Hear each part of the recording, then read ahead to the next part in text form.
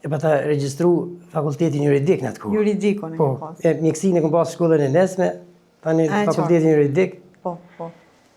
me disa e bashkë vendas të mi dhe shumë të rinjeve të asaj zone, dëpërtum peja Blanice, kalum shkum në Tropoj. Po. U furnizu me armatim, me uniforma, dhe dëpërtum prap erdhem në shtabin lokal të fshatit aty.